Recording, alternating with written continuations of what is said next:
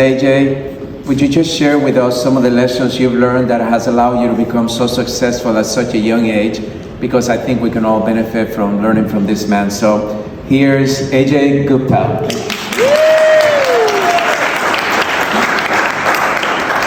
Thank you. What a beautiful, beautiful introduction. But before I begin, I just want to share my utmost gratitude towards Dr. Fab, because I think we met maybe 10 years ago, and something that's remained consistent, and we all know within Dr. Fab, is his heart and his purpose. And I'm going to talk about that today. It's why we do what we do. And it's impact, impact, impact. So I'm so grateful to you, brother, and thank you for allowing me to speak today.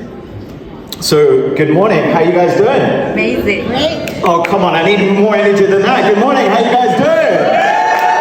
All right, beautiful. Turn to your person next to you and say, you rockin', you're sexy. You're rocking, you're really sexy. Turn to the other person and say, I know I'm sexy. I know I'm sexy. Some of you didn't do it. Come on. Turn to the person behind you and say, I know I'm sexy. I know I'm sexy. Beautiful. So my friends, my name is Ajay Gupta, and I'm truly, truly grateful to be here today. So my journey started back in 1991. I was born and raised in London, England. Has anybody heard of London? Yeah. Anybody not heard of England? Okay, great. The exit's that way. I'm just kidding. So I was born in London, England, and by two beautiful parents, my dad and my mum. And when I was 9 years old, I was physically dragged to a Tony Robbins event. Has anybody been to a Tony Robbins event before? Oh, wow, excellent. So if anybody knows anything about the UPW, on day one, he has you walk across 10 feet of 2,000-degree coals. So when I was 9 years old, I was actually more excited to just miss school for 2 days than actually go to this personal development thing. So imagine 7,000 people, and I'm 9 years old. I'm like this short, fat Indian kid, right? And I'm like, see all these people dancing, and I'm like, okay, we're gonna walk across fire tonight. We're gonna walk across fire. This is exciting. I'm gonna be the first person to walk across fire in my whole school. And then, the last speaker, Todd, he was talking about these two things on our shoulders. On one shoulder, I had a voice telling me, I'm so excited, you're going to be great, you're going to be the first person to walk across fire. And then on my other shoulder, it said, what are you thinking? Like, you're stupid, you're dumb, you're going to be the youngest person to die walking across fire. Why do your parents hate you so much? All of these beliefs started to show up. And I started to go outside, and I stood in front of the fire, and I remember Tony Robbins is standing next to me. And the guy is 6'7", and I'm this, like I said, this short, fat Indian kid, and I'm looking up, and he said, are you ready? And it's really hard to say no to that guy. And I said, yes, I'm ready. And I remember taking my first step, and then my second, and then my third. And what felt like a marathon, I remember turning around, I felt the cold, wet grass. And I turned around and I made a decision that day. Remember this, decisions shape destiny. Your decision to be here today will determine something's going to come up next week or a week after, but the decision you make today will determine the impact that you get next week or in the future. So I decided, if I can walk across fire, what else could I do? So at the age of 9 and 10, I used to imitate Tony Robbins. I used to beat on my chest, telling myself I'm simply the best. I was programming myself. I was conditioning myself. When I was 11, my family, we moved to the United States. We moved to Orlando in a town called Celebration. It's built by Disney. And we've been there ever since. But it wasn't until 15 years old when I was facing a lot of the struggles a lot of kids nowadays face. I was going through a tough time in high school. I didn't have many friends. Those beliefs about I'm not strong enough, I'm not good enough, I'm not smart enough kept on showing up. I used to get bullied in school. I used to get bullied because I thought the color of my skin, or because I was too smart, or I was fat, or all of these things, and it was a really tough time. And I remember Tony Robbins was coming to Orlando, and I ran into my dad's office. I said, Dad, Tony's coming to Orlando. I really want to go to his event. You have to let me go. And guess what he said? No. And I was like, what do you mean? You're my dad. I need help. I thought you loved me. I'm in pain. I'm suffering. I need this. Find your own way there. And I've always believed, right, there's always a way. There's always a way. Find a way. If someone says no, find someone who will say yes.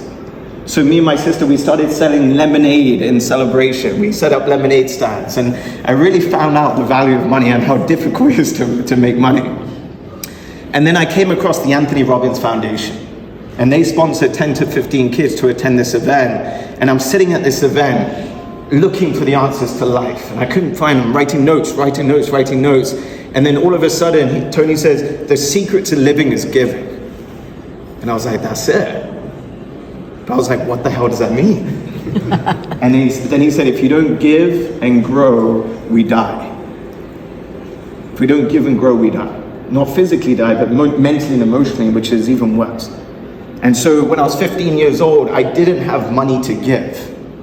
But what is the most important thing than money? What's the most valuable thing in the world? Time. Please write this down. My time is the most valuable thing in the world.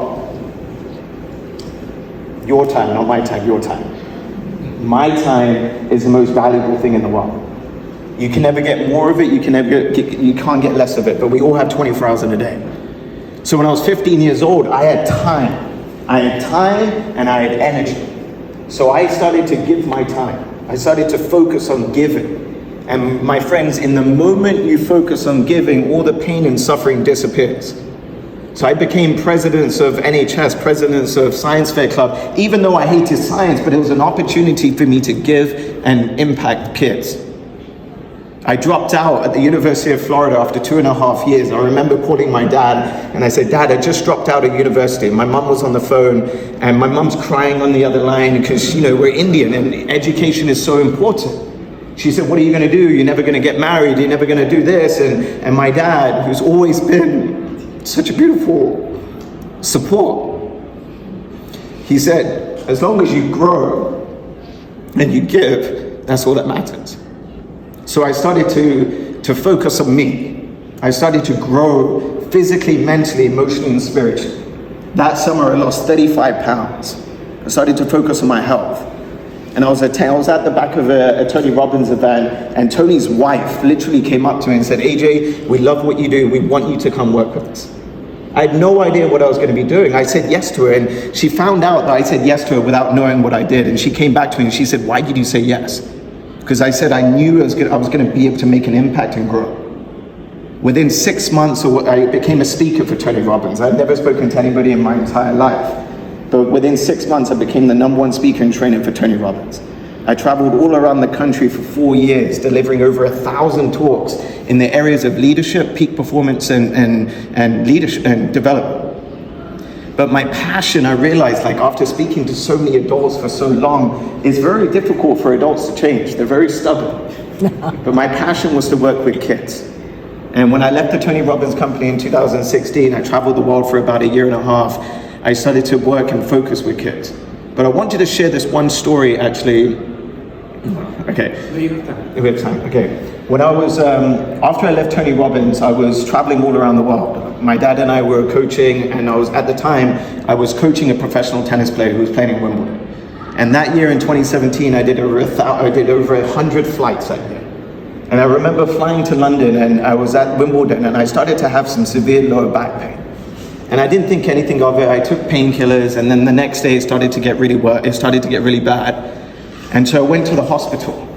And I was in London, I went to the hospital, my grandfather's there, it's 11 p.m. at night. And if anybody knows that the hospital systems in England, it's all NHS, it's all free, but you have to wait in the ER. So I'm waiting there, 1 hour goes by, 2 hours go by, 3 hours go by, I'm losing my patience. It's 1:30 in the morning, and I turn to my grandfather and I say, I'm going home, let's go. And he gives me that look, and he's like, just shut up and just sit down. Right? And within 5 minutes, I get a call, Ajay Gupta, and I go in, and they take my blood and they take my urine, and the doctor said, we're gonna have to keep you here overnight. They didn't tell me what was going on. The next morning, I woke up, they said a nephrologist is gonna come see you today or tomorrow. So I looked up what a nephrologist is, and it's a kidney specialist. So long story short, I ended up checking into another hospital, and one of the doctors came up to me and said, AJ, your kidneys are operating at a 27%, and we have to take you in. And I was physically healthy. I looked physically healthy. I was wearing a tank top and a shorts. I was ready to go out for a 5-mile run, but I wasn't paying attention to what was happening on the inside. I wasn't giving my body the attention it needed. And I remember the night before I was getting a biopsy, they said that you're going to get a biopsy to see what's going on. I remember leaving the bathroom and I was walking back to my bed, and the gentleman sitting next to me goes, "Son, can I tell you a story of when I first had my biopsy?" I said, "Yeah, sure, I love stories." And he said, "Well, my first biopsy was 37 years ago. And I've been coming to this hospital 3 days a week since." And I was like, at the time I was 24 years old. And I was like, "Thanks for that, bro. Like, that's exactly what I needed to hear." Right? But later that night, I got a call from a woman that I've only met once. It was actually in Dallas. And she called me and she said, "Is everything okay?" I said, "Yeah, everything's okay." And she said, "No, are you sure everything's okay?" I said, "No, I'm actually sitting in hospital right now." And she said, "Is it your kidneys?" And I was like, "What? How do you know that? I didn't post anything on Facebook. I met this woman once at an event, literally 2 weeks ago." And she said, "AJ, every person, like, they feel pain in different areas. For you, it's the kidneys. For someone else, it could be the liver." And she said, "Are you open to doing something?" I said, "At this point, I'm open to doing anything. Tomorrow, I've got a biopsy." And she said, "Are you open to doing a forgiveness exercise?" And as soon as she said that, I knew exactly what to do. And she said, "Do you know what to do?" I said, "Yes." So I remember lying in bed and I was just sending so much beautiful energy, gratitude, forgiveness, and appreciation to every single cell in my body. I remember saying to myself, "I'm so sorry for not listening to you. I'm so sorry for not drinking the water, for pushing you, for not listening to everything that you're saying. And I'm so grateful for every single part of my body, starting with my head all the way down to my toes." 2.5 hours of gratitude and appreciation. I'm crying and bawling out in tears. And I call her back. And I said, "I just did the exercise." And she said, "You haven't even started." And I was like, "What?" She said, "Do it again." And my body resisted. I was like, "No, I'm not going to do it." But I knew I had to do it. And so I did the whole exercise again for 2 hours. 2 o'clock in the morning, I must have just passed out. I remember waking up the next morning. I had all these doctors around me, and they laid me on my back, and I heard the first clip. And the doctor said, no, I don't think that's it. And then I heard another click, and then another click, and then another click, 4 clicks. And they're like, "Oh, I think we got the biopsy now." And then within 2 days, every single biopsy came back inconclusive. My body just started to heal itself. The power of gratitude and forgiveness, my friends. So, like I shared with you, the secret to living is giving. The more we can give, the more we get back. I've always been focused on giving, and back in 2017, I remember I was living in Tampa, Florida, and I love serving the homeless, I love feeding the homeless, I love giving back. And it was about a week before Thanksgiving, and I decided to, go feed a bunch of homeless in downtown Tampa. Has anybody been to downtown Tampa? Right? There's tons of homeless people there. And so I remember going to a Walmart that day, and I bought $200 worth of food, and I posted something on my Facebook the night before. I said, "Look, I'm going tomorrow, would love some help. If anybody can come help me, I would appreciate it." The next morning I woke up, no one said that they were willing to help. So I called one of my dear friends, who's Tom, who was in the area. I said, "Tom, if you can come help me deliver some of this food, I would be greatly appreciated." So we started driving around downtown Tampa, and on any other given day, there are homeless people everywhere. But that day, couldn't find any. And how many of you have ever experienced that, right? You're like, when you're trying to find gas and there's gas stations everywhere and then you can't find a gas, right? It just happens. Or the best is when you have a problem with your Apple iPhone. How many of you have had this? You have a problem with your Apple iPhone. As soon as you enter the Apple store, the problem disappears, right? It's like magic, right? So we're driving around, and anyway, we come to this red stop sign, and there's a police officer right next to us. And I told Tom, I said, "Roll down your window." And he said, "What are you making me do?" I said, "Do you trust me?" He said, "Yeah, of course I trust you." "Roll down your window." So I said to the officer, I said, "Look, my name's AJ. This is my brother Tom. We have bags and food of the homeless, but we can't find anybody." And this officer, he got out of his car and he came to our side of the window and he said, "Thank you for everything you do." I said, "No, brother, thank you for everything you do. Every single day you are on these streets protecting us unconditionally. It's the least we could do." And he said, "Look, brother, if you go down the street and you turn left, there's a church, and I guarantee you there'll be some homeless people there." So we drove to this church, and there was 2 homeless men sitting outside this church. The first man we approached, I said, brother, you hungry? He said, no. I said, are you thirsty? He said, no. Second man, he said, look, I'm very thirsty. So we gave him some water. And out of nowhere, Tom asks him this question. He said, why are you homeless? And I was like, geez. But I realized that, at least in this country, not everybody's born homeless, but everyone has a story. And Randy had a beautiful story. He was living in Florida with his wife and his family. They were making $200,000 a year. Business was in her name. But relationships started to fail. Relationships started to get negative. They ended up getting a divorce, but she made it a living hell for him to get a job, so on and so forth. And he became homeless and he was on the streets. And one day he was at McDonald's. Someone invited him to breakfast one day and he went to use the bathroom in the back and the employee came up to him and said, no, you can't use this restaurant. This is for paid customers only. You smell, you stink, you're homeless, leave. Randy said, what do you mean? My friend bought me my meal. I am homeless, but he bought me my meal. I deserve to be here. You smell, you stink, you leave. And they started to get physical.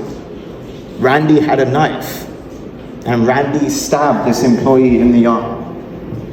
And obviously police came, he spent years in jail, and he came back on the street. And one day he was sitting on a park bench, and another homeless man came up to him, and they started to get in a little bit of a fight, started to punch it, started to beat himself up, and that man stabbed Randy in the back. What goes around comes around, they say. But 1 year after that incident, Randy found God. He was invited to this church. And Randy decided to be a homeless man that serves other homeless people. So every single day, Monday through Friday, he shows up at this church and he serves food to the homeless. And one day, some man was coming up to him and he's shaking his plate in front of Randy. And he says, don't you know who I am? Don't you want to kill me? And he's saying, don't you know who I am? Don't you want to kill me? Who was that guy? The guy that stabbed Randy a year ago. He said, I know who you are, brother. I forgive you. And my dad always says, forgiveness is the express pathway to freedom. But my friends, we have to learn to forgive ourselves before we forgive others. And so I asked Randy, I said, brother, I'm 23 years old at the time. What is one piece of advice you can give me? And there was no hesitation out of this man's mouth. He said, AJ, I sit on these steps of this church Monday through Friday, and I see people running up and down on their Bluetooths, on their iPads, on their phones. Not one of them just stop and look at the clouds go by. Not one of them stop and appreciate the wind rustling through the trees. He said, AJ, life goes by like this. Appreciate everything that you have. So I have this sign in my bedroom. It says, yesterday is history, tomorrow's a mystery, and today's a gift, my friends. There's a reason they call the present, because it is all we have. So practice this muscle, and it is a muscle. Gratitude and forgiveness is a muscle. You cannot give $10 out of 100 I tell people this, if you can't give $10 out of 100 or 100 out of 1,000, you are not going to give 1,000 when you have 10 or 10,000 when you have 100,000. It is a muscle that we will get to practice. Focus on what you have, focus on gratitude and appreciation, because in the moment you're grateful, there is no room for pain or suffering. So from the bottom of my heart, I want to thank my dad for allowing me to be who I am today, for pushing me and striving me, for teaching me all these beautiful tools and technologies. I wouldn't be here without you, brother. So I appreciate you. And Dr. Fab, thank you so much for allowing me to speak today. Thank you.